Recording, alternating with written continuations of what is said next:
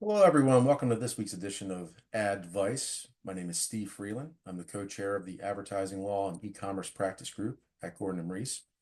And for those of you who tune in regularly, you may recall a couple of months ago, I did a quick vlog on the importance of having online terms of service or terms and conditions of use and sale, short form online terms containing mandatory arbitration and class action waiver provisions, such that any dispute between one of your customers or website visitors is resolved in arbitration, not court, and resolved individually, not in a potential class action.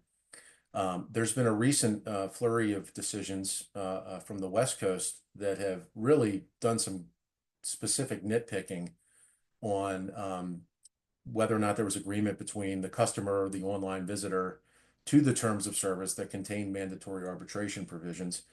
And really, it comes down to the placement of the language, whether it was clear and conspicuously disclosed, as well as whether the call to action button matched the language in the consent. The best way to learn is visually. So let's take a look at what specifically was going on in these recent cases. So the first case, the court determined, this is very common in e-commerce where people can sign up for something using their Facebook account or their Google account. The court determined that this language below the button did not constitute an adequate and clear and conspicuous disclosure such that the customer agreed to the terms of use in the privacy policy. Now, this otherwise probably would have been fine if you move it up to the, at the top or, above the sign up with Facebook button or above the continue button. The terms of use are offset using bold, different colored language indicating that there's a hyperlink there.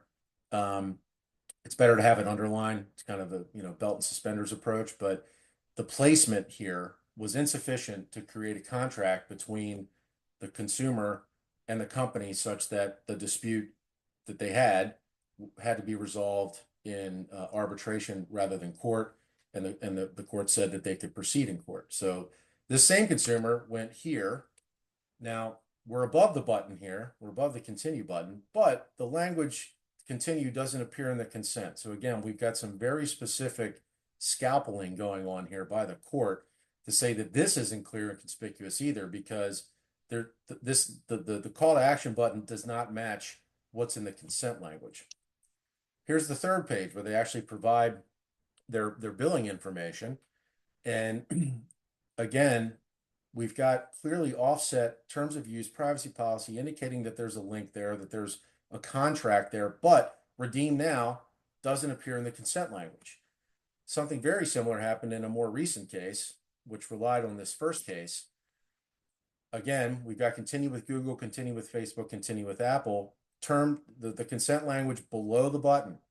The court took issue with this and said this is not clear and conspicuous. And think about it this way: if someone's signing up on an iPad, they might not scroll down all the way to see that language, and there's no checkbox. Here's the second page that they would go to.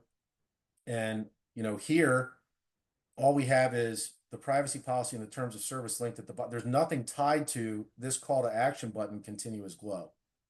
And the court took issue with that as well and said, this is not enforceable. The plaintiff can proceed in court.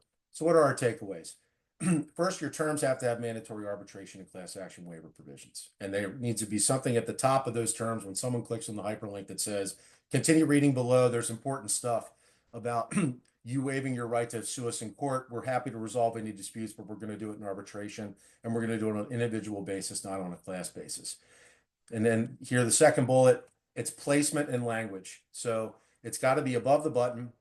The terms must be clearly offset in a different font, underlined, just indicating that there's a hyperlink. And a checkbox is strongly preferred, unchecked. You can force the customer to check the checkbox agreeing to the terms in the privacy policy, but it's got to be above the button.